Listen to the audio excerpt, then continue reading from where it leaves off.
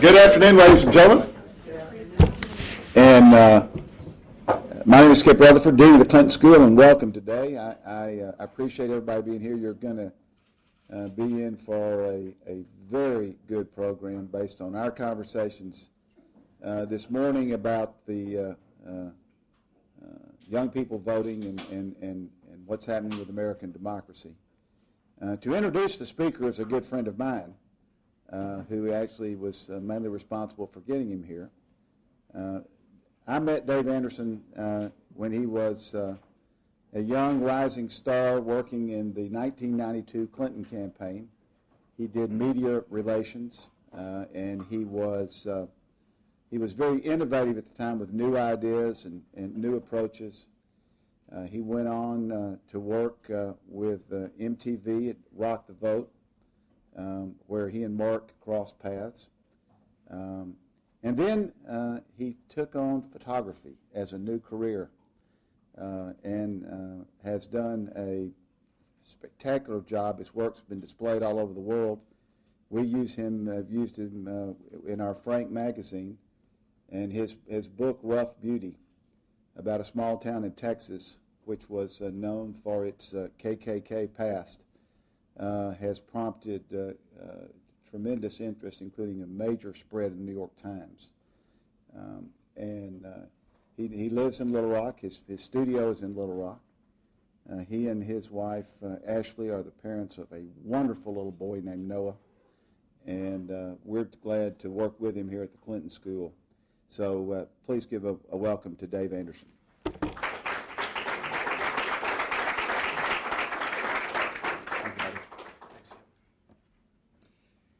Thanks, Skip, and as always, I think many people here understand what a resource this lecture series is. All the work that Skip and Patrick and Nikolai and all the people here at the Clinton School do to bring speakers like this here, and it's truly a resource and one of the things that makes me happiest to live here in Little Rock. And normally the names here are big, names of a lot of famous people coming through here. So why have a state representative from Texas? There's, how many state representatives are there in Texas? 150, and then in all the other states there's similar amounts, so he's in some ways a political needle in the haystack. In some ways, but in important ways, not at all. I met Mark on the Choose or Lose bus when he was working with Rock the Vote and MTV, and I was too. And he too has had an incredible rise in the world of progressive politics, and also just in the world of ideas and making the world a better place. People always get categorized as politicians. He is an elected official now, so in a sense he's a politician. But Mark, the reason Mark is here is because he has a mind like very few others, and he has a way of looking at the world and at politics and bringing people into the process and improving the world around us in a way that is exciting and different, and he's really, he's just not like other politicians, and that's why I hope everyone will enjoy his talk and question him in real detail, because he has things to say you won't hear other politicians talking about, and he has ideas that other people just don't even occur to other people. The simplest and easiest example I always like to brag on him on is that he invented online voter registration 12 years ago when it wasn't cool to do anything online. He has had he's been in the legislature not for very many years, but is already becoming known in the state of Texas as a real force. And I, of course, like to believe that we'll see him in much higher office before too long, and I wouldn't be surprised to see it. But in the meantime, he's doing great stuff at a local level.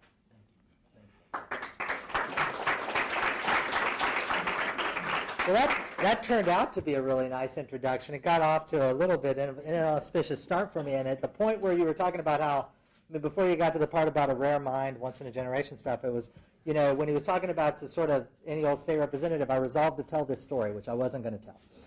The best introduction I ever got in politics was when I was introduced to a 6-year-old girl named Hannah Malinowski. Hannah had become interested in me as a politician when my yard sign started popping up in some of her neighbors' yards. Hannah was learning to read, and she was on a walk in her neighborhood with her parents, and she pointed at my yard sign, and she sounded out my name.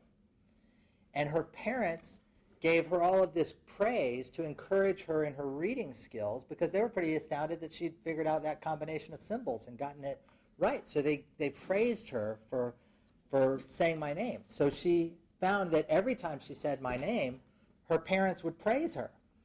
And so she got this wonderful feeling in her heart about me.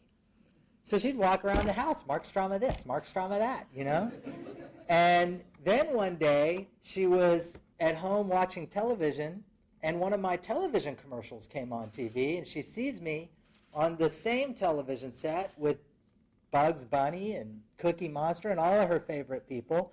So now I'm bigger than life to her. I mean, she's really taking an interest in this. So one day, about 2 weeks before the last election, I was passing out flyers at the Emmanuel Lutheran Church in Pflugerville at their annual fall festival. And this woman whom I'd never met came up to me and said, "Oh, you're Mark Stroma. My daughter loves you. Can I take you to meet her?" And I told her I was married, and she said, no, my daughter is 6 years old. And I said, now why would a 6-year-old girl have any interest in meeting me? And she explained what had happened with the thing. And so she takes me back to the activity center of the church where Hannah and her little friends were finger painting. And she taps Hannah on the shoulder, and she says, "Hannah, look who I've got." And Hannah turns around and looks up and sees me, and her eyes get this big. And she said, "Oh, my gosh. It's Mark Stroma." And this little 6-year-old finger painting next to Hannah turns to her and says, "Who's Mark Stroma?" And little Hannah turns to her friend very earnestly and says, "I have no idea."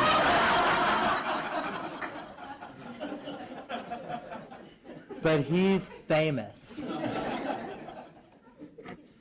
It's a great honor to be here, Skip. Thank you for having me. Dave, thank you for thinking that I was worth bringing here. I saw the list of speakers. In fact, Jim Wallace, I think, is going to be here tomorrow. He's in Austin today, and I would actually be there listening to him if I weren't here talking to you. I'm really honored to be among the folks who y'all would bring in for this. I'm going to talk a little bit about having worked at Rock the Vote and spent a good part of my life trying to get people more involved in politics. And in my election, when I was elected, I won by 500 out of 65,000 votes. And the difference between winning or losing for me was an increase in voter turnout by about 5,000 votes above what people expected. In fact, when I won by such a narrow margin, my opponent actually challenged the outcome of the election and filed a legal petition to have a court overturn the outcome.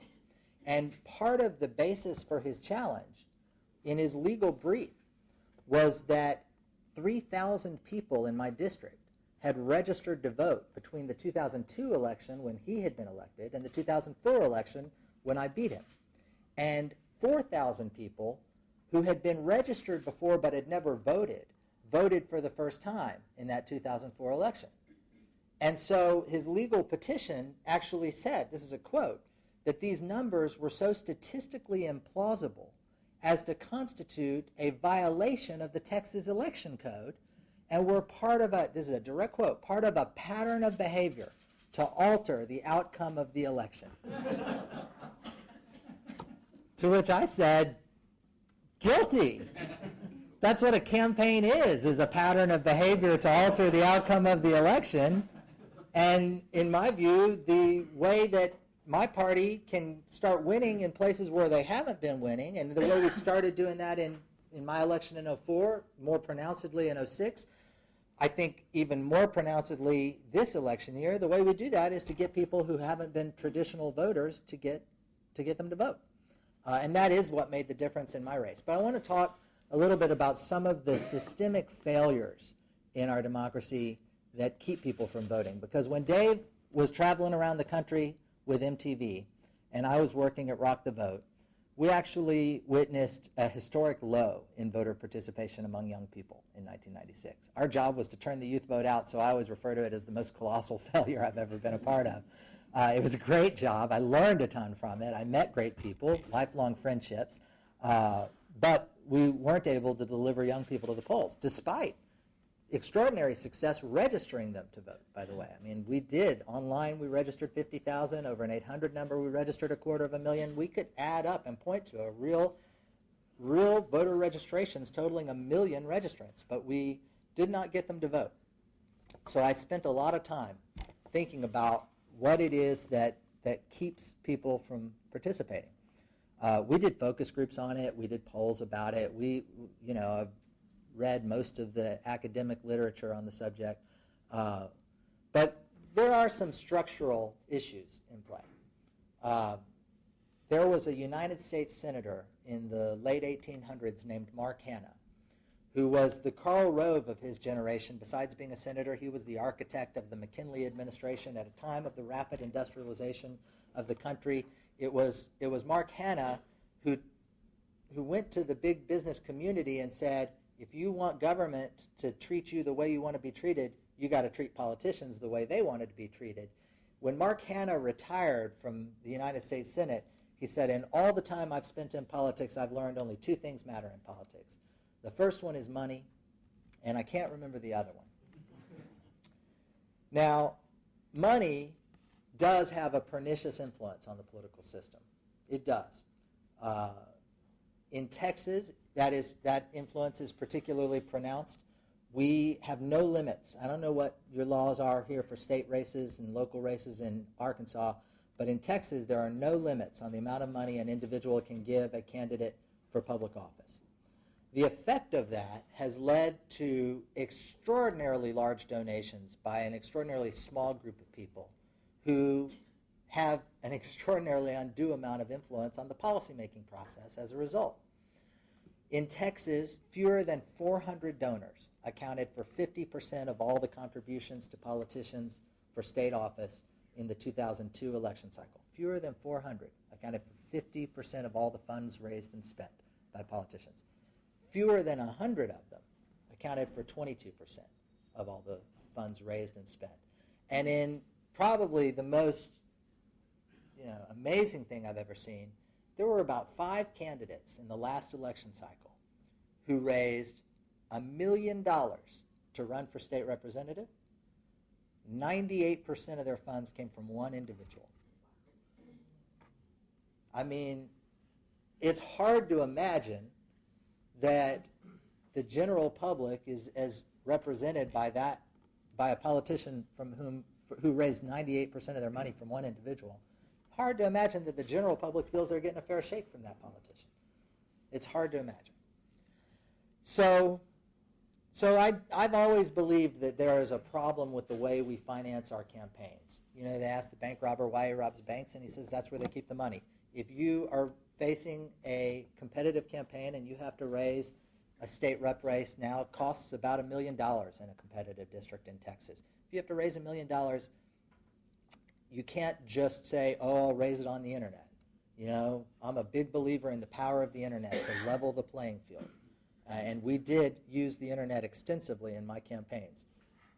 But if you're a down ballot candidate and you're not a rock star on national television every day, people don't come to your website looking to throw money at you. You have to build a huge base of support to be able to leverage the power of the internet for your fundraising purposes, and you still have to do the traditional go to the major donors, get them to believe in your candidacy, and get them to support you. The influence of those major donors, many of whom give money for purely philanthropic reasons because they truly believe in the candidates and the causes, but many others of whom have much more cynical reasons for giving money. And I've had politicians who disagreed with me and denied that. I've asked them to explain the phenomenon of the major donors who give money to both candidates running against each other. What could be the possible philanthropic purpose in that? That is clearly, that is the crassest, most cynical demonstration of the purpose behind much political donation, which is influence peddling. Legalized corruption. Many people have said, it's not what's illegal in the political system, it's what's legal. The raising and taking of money from people who have vested interests in what policies we enact and how we vote in office. And it's one of the reasons why incumbents are so hard to defeat, because incumbents have that vote that brings with it a lot of that influence purchasing political contributions. And I ran against an incumbent. I raised an unprecedented amount of money for a challenger in a state house race in Texas. I raised about $500,000. I was still outspent by $250,000. And I can tell you, if you don't think that money has an influence, let me tell you how the polls tracked our race. I raised my money early, and I spent my money early. In Texas, we have something called early voting. I think you have it in Arkansas too. And it enables people to vote for 10 days, starting 10 days before the election at any location around town. And in Texas, it's a popular way for people to not have to worry about trying to rush to the polls between 7 a.m. and 7 p.m. on election day. You're less likely to have to wait in line. You can go to any polling place around town, so you don't have to be in your neighborhood on the day that you vote. It's a lot of people use it. We spent our money early. We had to do that to define the race and to introduce me to the voters. My opponent probably didn't take the race seriously enough early on, and so about 2 weeks before the election, they did a poll and found that I was up by 5 points, which nobody expected because it was a pretty Republican district. So I was up by 5 points, and all of a sudden, 3 checks for $100,000 from major donors got written to my opponent, and in the last 2 weeks of the campaign, I just got hammered, outspent by $250,000, all of it negative advertising, and pretty effective negative advertising. My opponent actually got married shortly before the election, and so he sent out this glossy brochure that really looked like the photo album from his wedding, and it had him in his tux and his bride in her gown surrounded by their family. Jack Stick supports the institution of marriage.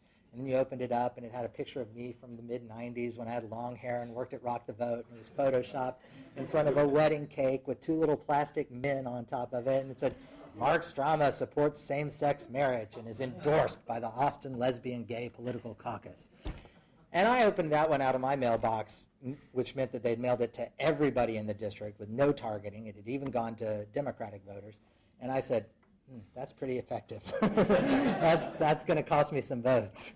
And it did. I won the early vote by 3%. I lost the election day vote by 3%.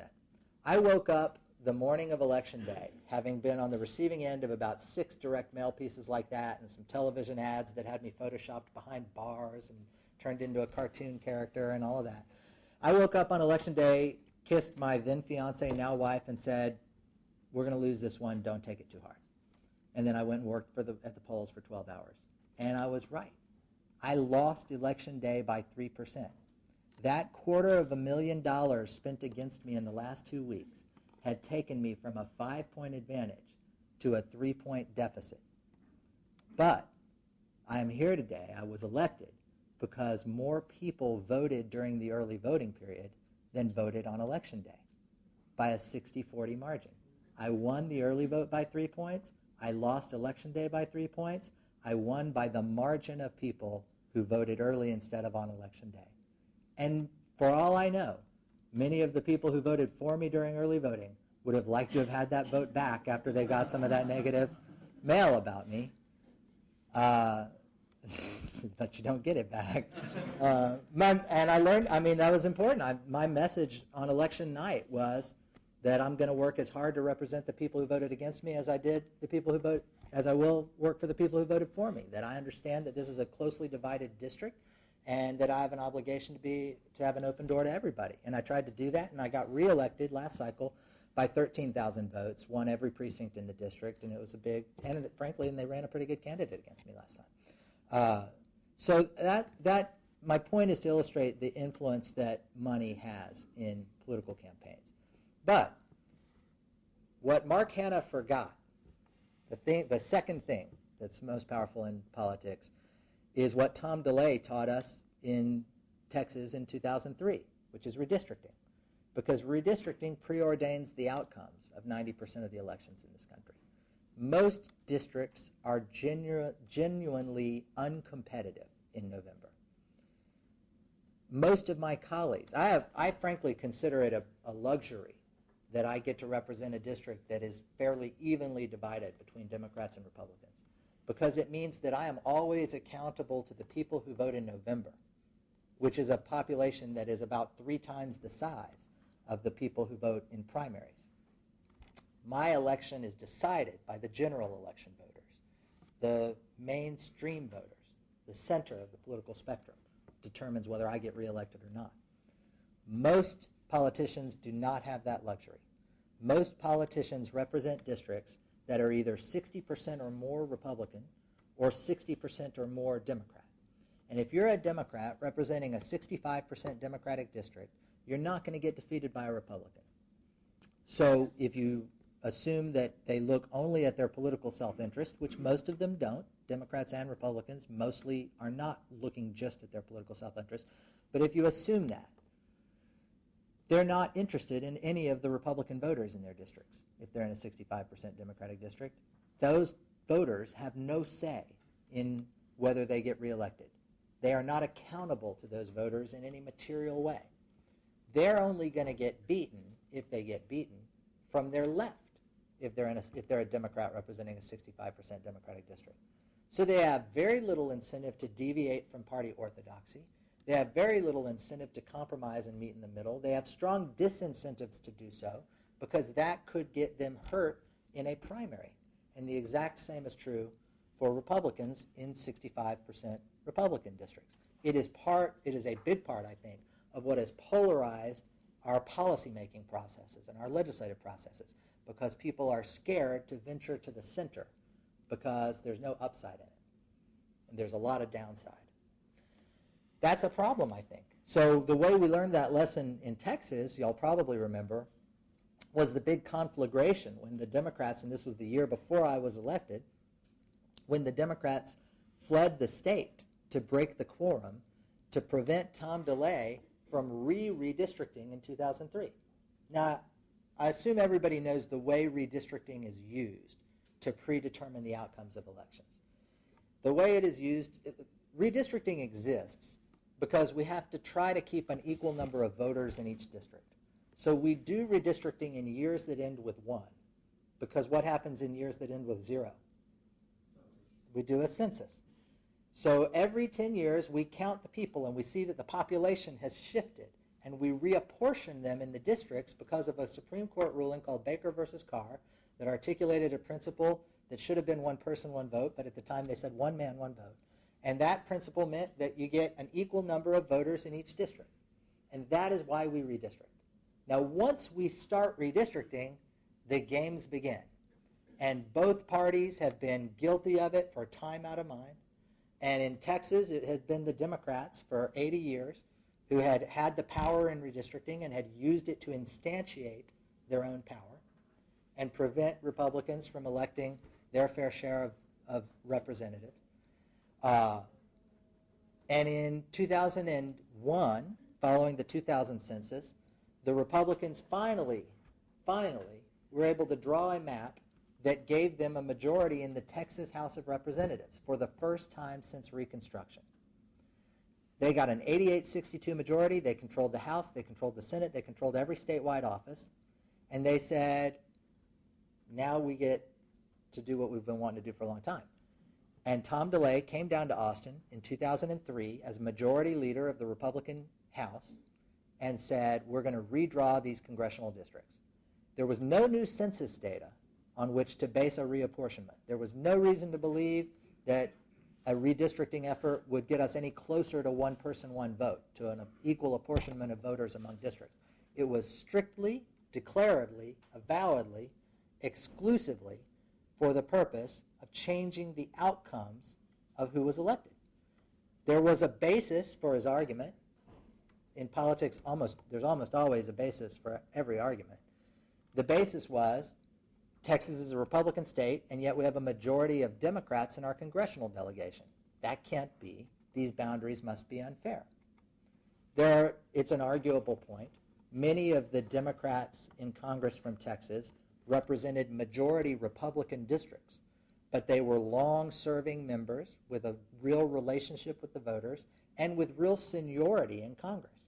There's been some observations that if we still had those 5 members in Congress today, Texas would have chairmanships of some of the most important committees in Congress now that Democrats are back in the majority. We lost that when the redistricting effort changed our congressional delegation. But there was a basis for the argument. It did seem weird that 17 Democrats and 14 Republicans were being elected from Texas's congressional districts, and that was the basis of Tom DeLay's argument for redistricting. It had never been done before.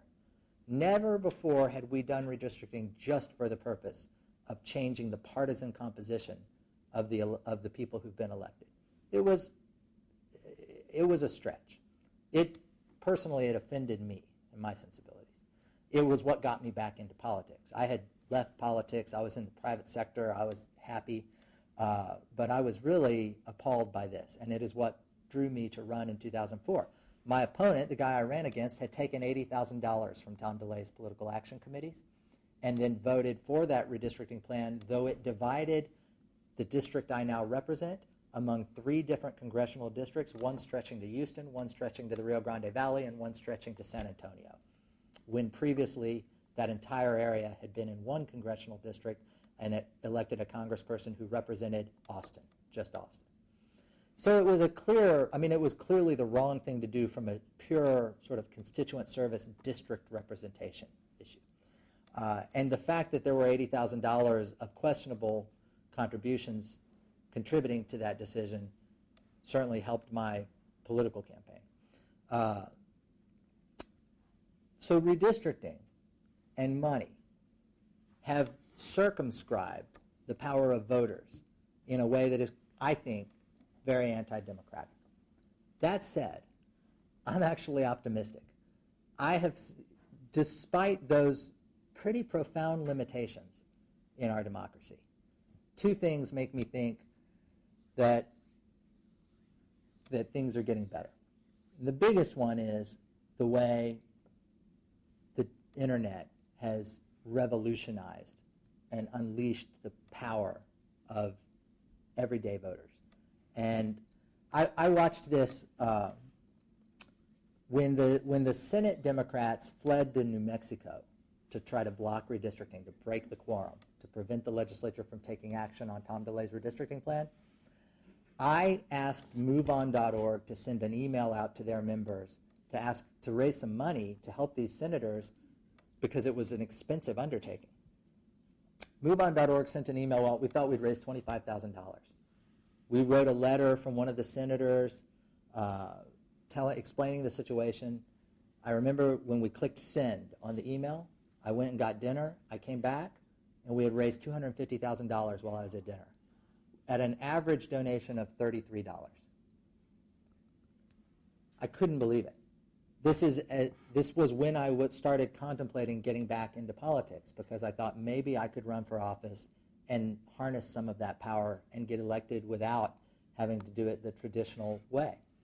It is harder to do that kind of thing at a down ballot local level. It is easier when you have a database to start out with of a couple of million email addresses of people who've opted in and given you permission to send them emails about things that they think they have a common interest in. But that is an extraordinary power, and you're seeing that power even more defined in this presidential election. It is not just a fundraising power, although the fundraising power behind it is important. It is the power that caused 75 people, 4.5 months before the election, to show up at 9 o'clock this past Saturday morning in Austin, Texas, to go do a voter registration drive in East Austin, Getting 75 bodies on a Saturday morning that far from the election is just unheard of, unheard of. But it's the kind of thing that's happening all over the country this election cycle. And it gives me, I think, reason to feel a lot of optimism. I want to stop talking and go to questions, but I want to tell two last quick stories. One is the other thing that makes me optimistic about our democracy despite the limitations. I hate talking about all these things that don't work right, but I don't think you can be effective working within the system unless you're aware of those obstacles. And so I talk about them a lot to young people who I'm trying to encourage to engage despite those obstacles. But I also want you to think about what happened here in 2000. In 2000, you had the incumbent vice president, second most powerful man in the country in the free world, running against the governor of Texas, whose brother was the governor of Florida. And you had it come down, 100 million people voted in a 15-hour span. 100 million people voted on an infrastructure erected overnight, torn down the next night, almost entirely run by volunteers. 100 million people voted, and the margin of victory came down to 1,000 votes in Florida, where 6 million people had voted. 1,000 votes in Florida. At the time, I was working in the private sector, and one of the engineers in my company who had taken an interest in politics just that year, because most engineers aren't. And he had been up all night on election night, the same as I had. I remember actually watching the returns, Dave, at your house that night in New York. And I stayed up all night watching him, and he had stayed up all night. He comes in the next morning all disheveled, and he said, "Mark, they're never going to know who won that election." Because trying to calibrate an election to that degree, 1,000 votes out of 100 million, with our election technology at that time, is like trying to weigh a subatomic particle on a bathroom scale. Can't be done. And it's true. That election had a much significantly larger margin of error than the margin of victory, which meant that it had to be decided. There was no way it wasn't going to be decided through administrative bureaucracies and courts. So it goes all the way up to the United States Supreme Court. It takes us 28 days to find out who the president is, and we get a 5-4 decision that says that the Florida election, where the brother of the governor was one of the candidates, had been decided in favor of the governor's brother by a 5-4 decision of justices, mainly who had been appointed by the candidate's father. And the second most powerful man in the free world had to vacate the White House as a result of that decision. And during all of this time, there were no tanks in the streets. There were no secret conspirators gathering in quarters to discuss their options. The American faith in the democratic process almost exceeds the reality, but it makes the reality so much better. I mean, it was phenomenal that Al Gore stepped aside and that his supporters stepped aside. There are not many countries where that would have happened. Contrast that with what happens today if you lose an election in Iraq, for example. You have no faith. One of the reasons Al Gore and his supporters were willing to step aside was that they knew in 4 years they'd get another crack at it. They knew that they would. If you're on the losing side of an election in Iraq, you go get your gun, because you have no reason to believe, in fact, your entire history leads you to believe that whoever's in power is going to consolidate power and repress dissent, and that you're never going to get another chance to have an election. And that's why it's so much harder. It's an amazing thing that we did in this country. So that inspires me. The last thing I want to tell you is a story from Ann Richards. I worked for Ann in 1990 in her first campaign for governor. I was 22 years old. I was just out of college, and I'll be honest with you, I was terrified of Ann Richards. She scared me to death. Most charming public figure I've ever seen, also the most intimidating private figure I've ever been around. And 15 years later, I decided to run for this office, and everybody told me, you got to call Ann Richards and you got to ask for her support. And I found that at the age of 37, I was as scared of Ann Richards as I had been when I was 22. I called her up and I told her I was running, and I asked her if she would support me, and she was very stern with me. She said, "Mark, why are you doing this?"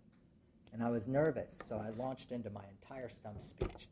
I started telling her everything I believe in and all of the issues that I care about, and all of the ways that I could make a difference if I was elected. And I poured all of my passion and idealism into this way too lengthy soliloquy. And when I ran out of breath, there was 5 seconds of silence on the other end of the phone. And for the first time in all the time that I'd known her, Ann Richards softened up toward me. And she said, "Oh, sweetie,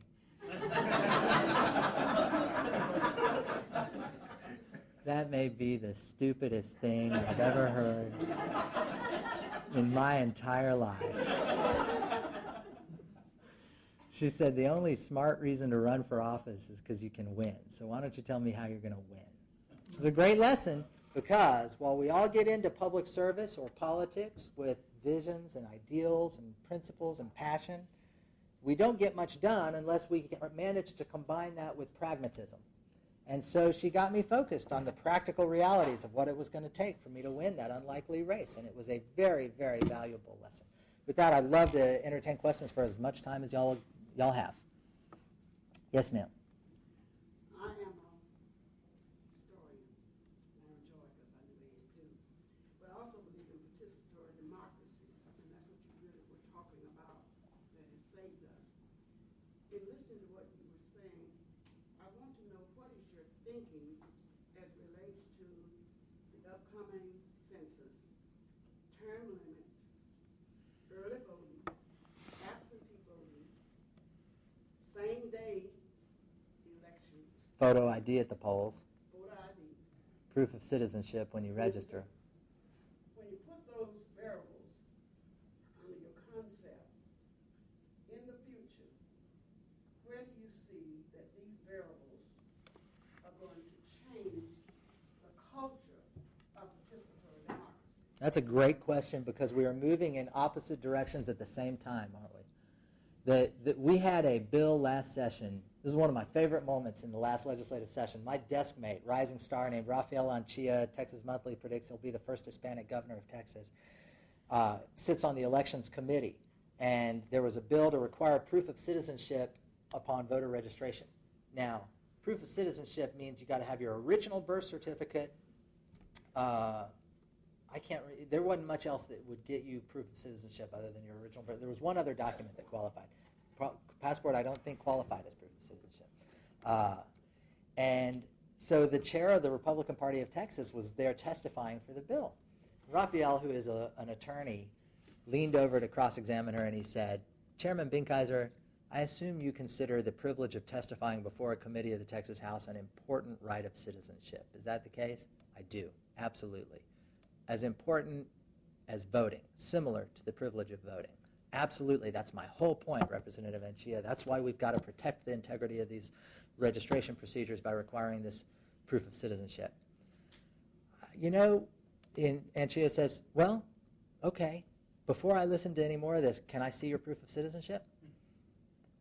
Of course she didn't have it with her. Nobody carries that around with them. Why should I listen to the rest of this? Because proving citizenship upon voter registration would take 95% of the people we registered through Rock the Vote off the books. You wouldn't be able to do it. People don't have that. The photo ID thing, I know everybody by now has heard the story about the nuns in Indiana who got turned away. Does everybody know that story? We will see how this plays out. It's been a big fight in the Texas legislature. I see it as similar to those other pernicious influences that erect barriers that keep people from voting. That said, motor voter didn't increase voter turnout among young people in 1996. Young people and all disaffected populations need more than just the removal of structural barriers to voting. They need inspiration. They need connection. They need to believe in the politicians who are seeking their votes. They need to feel like the politicians are talking to them, which almost never happens because of this self-fulfilling dynamic where politicians are encouraged by their consultants only talk to the voters. You've got finite resources. You can't talk to everybody. You're going to have to focus your energy on the likeliest voters. And the likeliest voters, focusing your energy on them means ignoring that huge population of folks who historically don't vote. And so you ask them why they don't vote. They say, well, nobody's talking to me. I remember going to New Hampshire during the New Hampshire primaries in 1996. And I pulled into town the day after WMUR, the local New Hampshire, the only local affiliate news station in New Hampshire, had done a story the night before where they'd gone to the University of New Hampshire and asked all the kids on campus who's running for president. This was 3 weeks before the election. And if you live in New Hampshire, you not only know who all the candidates are for president, you've met them all, right? You've met them all. in New Hampshire. It's a phenomenal experience. It's the coolest thing in the world. If you're a political junkie and you ever get a chance to go spend an election cycle in New Hampshire or Iowa, it's like being a 6-year-old in Disney World. It's the best thing ever. And these kids didn't know. These University of New Hampshire kids didn't know. So I pull into town ready to get the youth vote out, and the first gas station I stopped at, the guy starts telling me, no, we don't want those young people to vote. They don't even know who's running. They're not into it. They're not paying attention. They don't care. They don't deserve to vote. And I asked this guy, how many presidential candidates have knocked on your door at your house? Like 4 of them had. How many times a day does your phone ring from one of the campaigns? He said, it never stops ringing. How many pieces of mail do you get from people running for president every day? He said, my mailbox is full of it. And how many times on the shows you watch on television and the radio stations you listen to do you hear political advertisements all the time? None of those things are true for those kids at University of New Hampshire. None of their addresses are on anybody's mailing list in the presidential campaigns. None of the radio stations they listen to are targeted with radio advertising. There was no outreach to those kids in 1996. This year that has changed. I told all the down-ballot candidates in Texas in this past primary cycle, make sure you're advertising on The Daily Show, because there's going to be hundreds of thousands of voters in Texas who've never voted before, who are going to vote in the presidential race because for the first time they've been talked to by these presidential campaigns. And they're not going to know who you are. And there's going to be some squirrely down-ballot results, very unpredictable, because there's a bunch of people who got there to vote for president and then look and see, oh my gosh, I got to vote for all these people? So you better make sure you drive your name ID up with the Daily Show's audience. And that proved out, actually. The Daily, that you could see a statistical correlation between those folks. Name ID was a big, big driver in down-ballot races. To your point, I think that structurally things may not be getting better and might be getting worse. I think that organically things are getting much better, and I think organics triumph over politics. Yes, sir.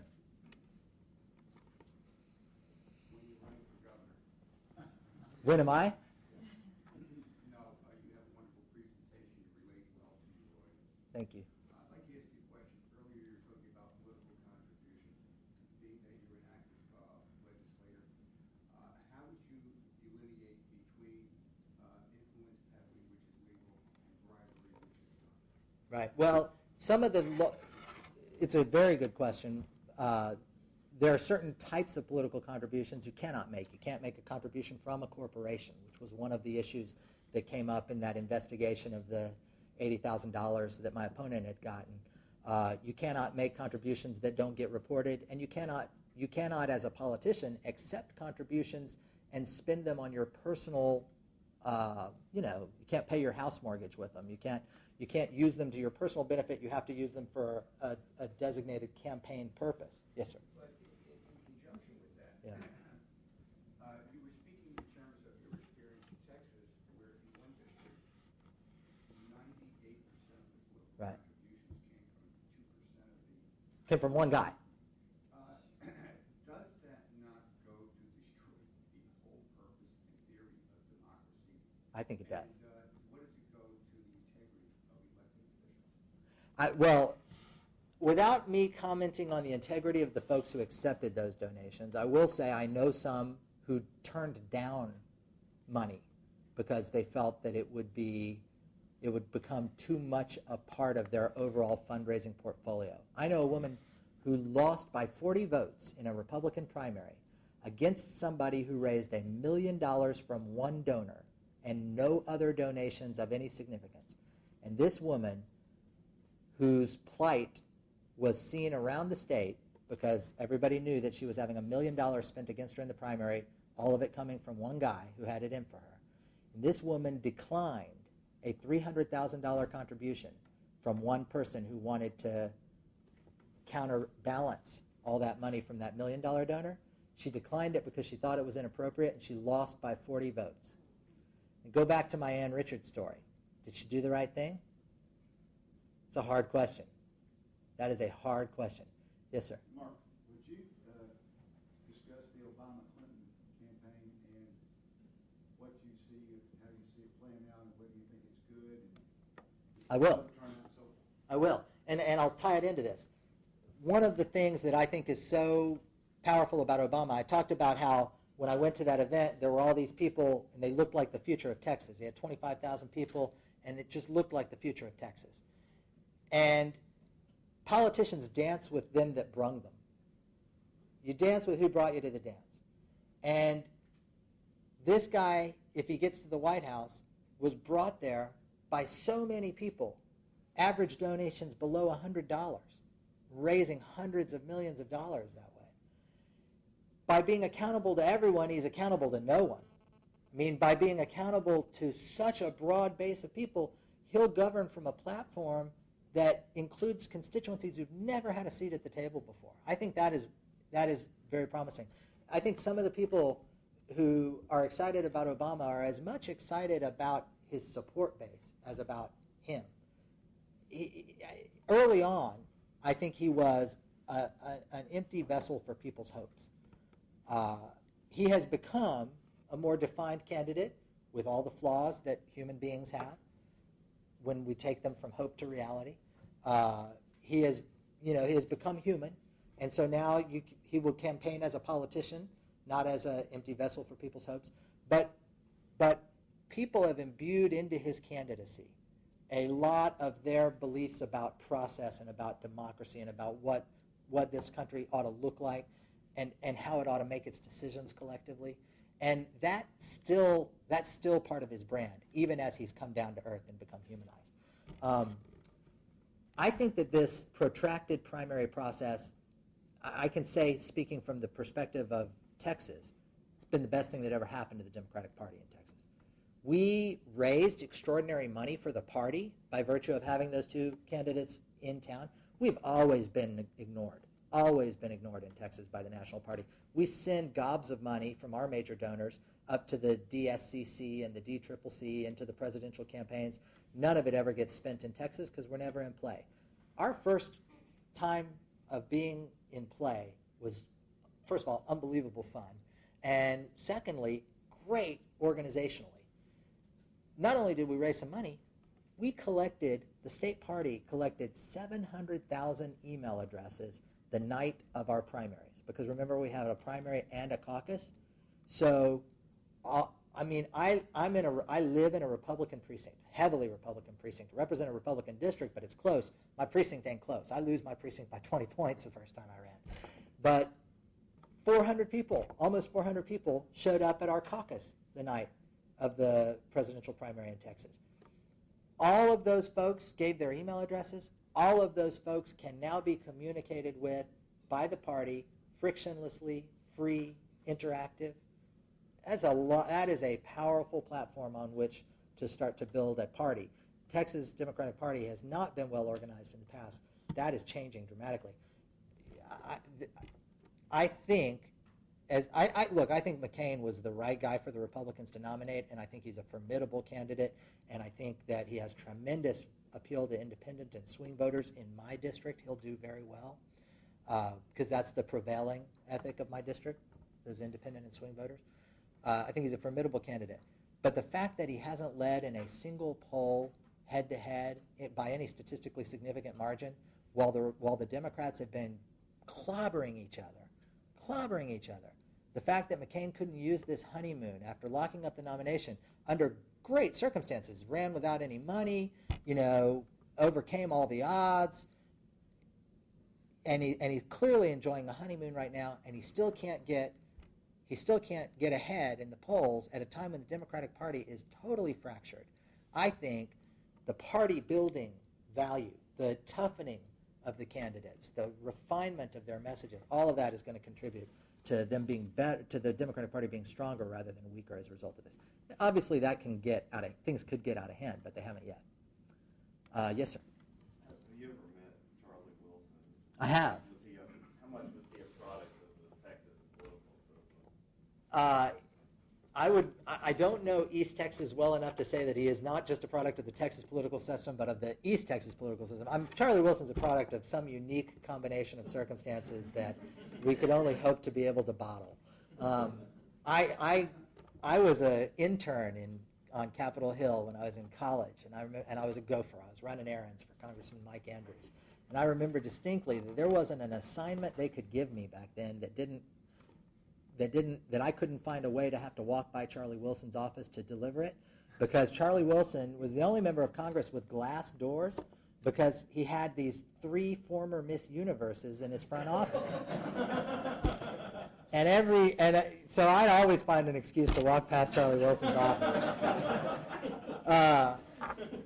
He is a unique political personality. I don't know him well. I've met him a few times, and obviously, great character. I will say this: I know Arkansas has him as well. We have some great political characters. Ann Richards and Bob Bullock was a fascinating character.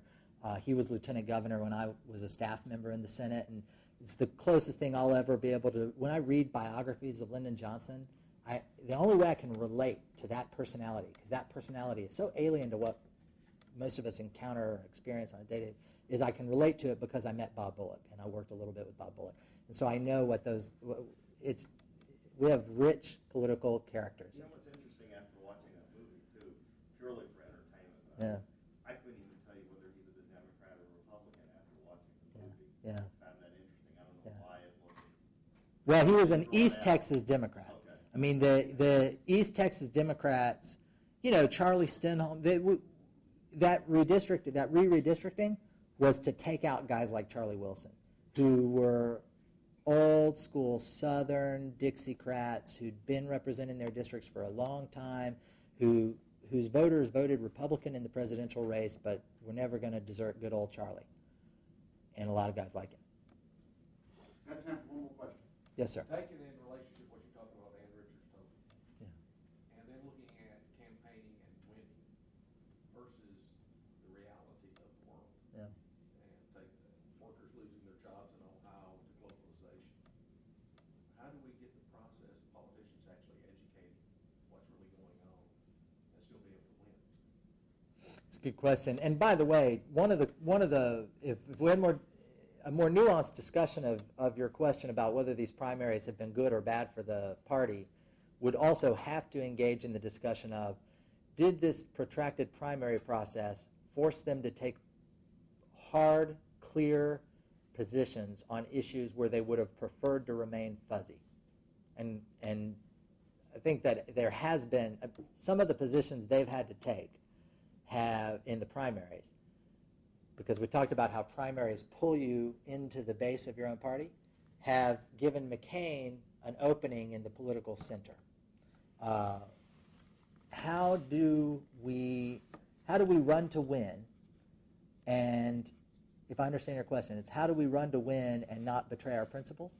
Is Well, that? take an example of the relationship with the state of Arkansas, and you've got politicians saying globalization is bad, that it's outsourcing jobs, this, that, and the other. But the reality is that we've been announcing foreign countries investing in the state of Arkansas, these new jobs and creating jobs, which is outsourcing. Yeah. It just happens to be global outsourcing into us. And with the weak dollar, I had dinner last night with the former CFO of Dell, who said the combination of the weak dollar and high gasoline prices, high fuel prices, make outsourcing obsolete for most manufacturers, that they're going to want to produce in America close to their market, or they're going to produce wherever's closest to their market to minimize their exposure to transportation volatility. So your point is, how do we go beyond soundbite politics? Yeah, because the primaries have had a problem with, I think, becoming a bit of a soundbite campaign in the last few months. It's funny. Obama gave that speech about race in Philadelphia that, frankly, wasn't the issue, right? I mean, race, the Jeremiah Wright thing wasn't clearly a race issue, or if it was, it wasn't just a race issue. But he ended up saying a bunch of important things that most people considered to be well said and importantly said, and not putting to bed the issue that had caused him to give the speech, right? And then had to come back later and put the issue to bed. But meanwhile, he got a lot of credit for elevating the dialogue about something that wasn't really at issue. What I think that showed is that there's not much downside to nuance. I think his position on the gas tax demonstrated that again. politicians have been afraid of nuance for a long time because blunt instruments seem to have prevailed in several recent elections. But I think that, and one thing that is unique about Obama is that people actually listen when he gives a long, nuanced speech. I mean, John Kerry, one of the things I observed when the circus came to town in Texas was that the whole notion of surrogates has kind of gone out the door with Obama, because you used to have to bring in surrogates to get people to come listen to the John Kerry speech, right? You had to get Bruce Springsteen to play to build a crowd so that they then have to listen to John Kerry speak. Obama builds a bigger crowd than Springsteen just with an email one day. I'm going to be in your town tomorrow, show up. 35,000 people show up. People will listen. People are listening to nuance in this election cycle. I don't know if that will translate down the ballot. You know, when they run ads in Mississippi and Louisiana that say, here's Obama's pastor, he's crazy. Here's a candidate for Congress in Louisiana who hasn't renounced Obama, who hasn't renounced his preacher. I don't think that stuff's going to work. But if it does, then all of my optimism might fade, because because that's to your point. If you can elevate the dialogue and talk about the issues the way I think we've seen a little bit of this cycle, but not universally. It hasn't always been elevated and it hasn't always taken the higher ground. But when we have, it has seemed to work. So I hope that that's the direction we're going. Thank you guys very much for having me.